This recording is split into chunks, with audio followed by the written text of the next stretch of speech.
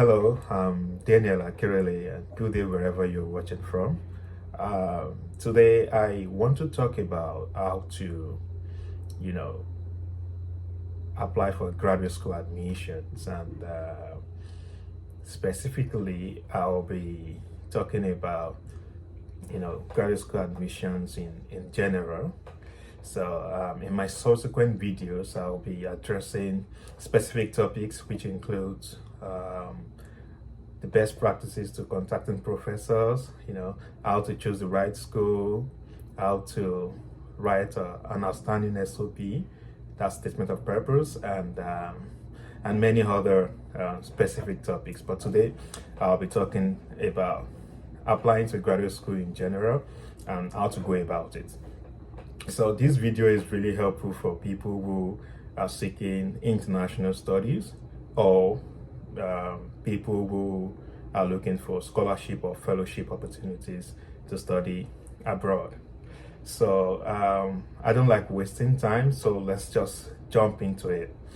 The first thing you want to do if you're somebody looking to study abroad or specifically looking for scholarships or opportunity to migrate with a study route, you want to set your priorities. And this is very important. I think that's the first step you need to take. Set your priorities. And by this, I mean, you need to know what exactly you want to achieve. And that will guide every other things you want to do. And you need to be a big picture person because graduate school admission requires a lot of strategy. So, are you looking for opportunity to migrate? Are you looking for opportunities for further study, or are you looking for study to employment road? So you need to be able to see the big picture of what exactly you are looking for, you want to achieve. That will guide every other things you want to do. And there are three categories of people who want to study abroad. And by this, I mean, there are people who go through the scholarship or fellowship route, or you might want to be self-funded, that is, you are paying for your own education, or maybe you're sponsored by your organization to study.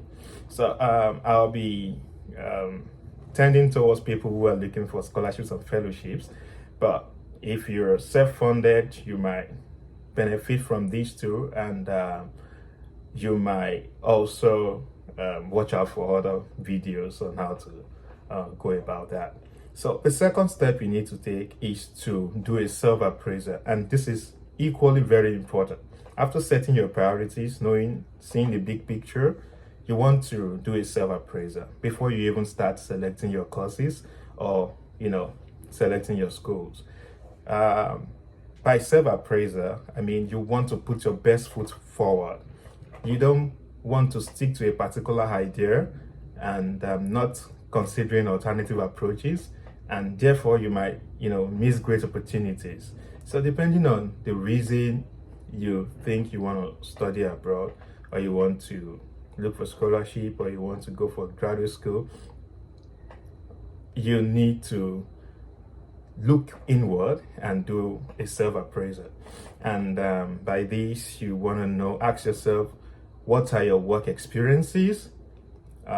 What undergraduate course did you do? What projects did you do, or thesis, or whatever you call it in your country where you're watching from? What's your project topic? What methods did you use? What subjects did you excel at? And who can write references for you? How many years of work experience do you have? What are your top skills? Are you good with data analytics? Are you good with laboratory work? Are you good with writing literature review? Whatever you are good at, you need to self-appraise yourself. Then you need to look at your resume and or CV, whichever one you want to call it, and general self-appraisal, and kind of know what you're good at and what you're not good at. Now, your strengths, your weaknesses, your opportunities, and your threats. That's what you call SWOT analysis. Then the next thing you want to do, having done your self-appraisal, and this is a comprehensive thing to do, and you want to search for a course. Then you want to ask them, which course do I want to study, or which course is best fit for me based on the appraisal I did. You might study civil engineering, for example, in your undergraduate school, and you might discover that you are working towards managerial roles, maybe in your work experience, and you think an MBA is a better choice for you, and that's what you want to go for. You don't want to stick to civil engineering and see that's the only thing. Because you study civil engineering doesn't mean you should, you must do civil engineering in your grad school. I believe grad school is an investment, not just money. You're investing your time, you're investing your life. So you need to see the big picture and see, why am I doing this? How much am I spending? And the cost is not only monetary. The cost of doing a graduate school can be the cost of leaving your family behind, the cost of leaving your country, the cost of leaving your career for a while. The cost that you have to look at it holistically and see which course do I want to go for and why am I going for it. And the next thing you want to do after selecting your course is you want to start searching for schools. And like I said earlier, when you're setting your priorities, you need to know before you select the school you want to go for, you need to know exactly what your end goal is. For example, if you're looking for opportunity to migrate, you don't want to go to a country where the migration rules are so stringent that you might not meet up. And at the end of the day, when you finish your master's degree or your PhD degree, you're forced to go back to your country. You want to restrict yourself to countries that actually are liberal when it comes to immigration policies. And if your end goal is to study to job route, you want to make sure you choose a course and a country that actually gives you the opportunity in the job market. And if your goal is to, opportunities for further studies, you want to choose a course and a school that has high potential of maybe getting a postdoc position, or maybe a research assistant position, or maybe a PhD position. So having said that, you want to go straight to searching for schools. You have to be strategic about searching for schools too. It's not compulsory you look for the big name schools, like Cambridge, UW, Harvard, MIT. It's not compulsory. Your choice of school should be either dependent on your big picture. And you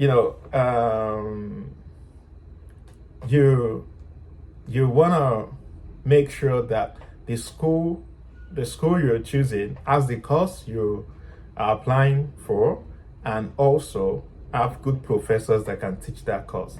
And you have to do a lot of research to be able to know which school to apply to rather. And I always suggest that you spread your net as wide as possible. Don't limit yourself to one or two schools. If you're looking for scholarships or fellowships, you need to apply to as many schools as possible. And I'll talk more about it in subsequent videos on the best practices to go about this. And the next thing you want to do after selecting the schools you want to apply to, I always suggest to people I talk to apply to at least 7 schools for a start if you're looking for financial hits. and you need to be strategic about it as well. So the next thing you want to do is to start contacting professors. That's for people who are looking for to do research. You need to start contacting professors, and there are no guidelines, there are no specific rules to contacting professors, but there are guidelines that you can follow, or maybe best practices to follow. And you need to be professional and strategic about this. I always tell people the best way and the easiest way to, get funding for your research or for a graduate school program is to contact professors. Most schools don't have the rule to get a professor before applying to their program. Most schools that do that is Canadian schools and some European schools want you to get a professor's approval before you apply, but not always. Especially schools in the United States, you can apply directly without even contacting a professor. But your best chance to getting funding, I'm not saying that's the only way, but from experience, the best chance to getting funding is to actually contact professors. Tell them who you are, and in a cold email, that's the general term for it. Tell them who you are, why you are applying to this. Send your resume to them, and maybe links to your publications and other things that might support your application. And by this, the general, step-by-step guide to follow for people who are interested in, getting admissions into universities for graduate education.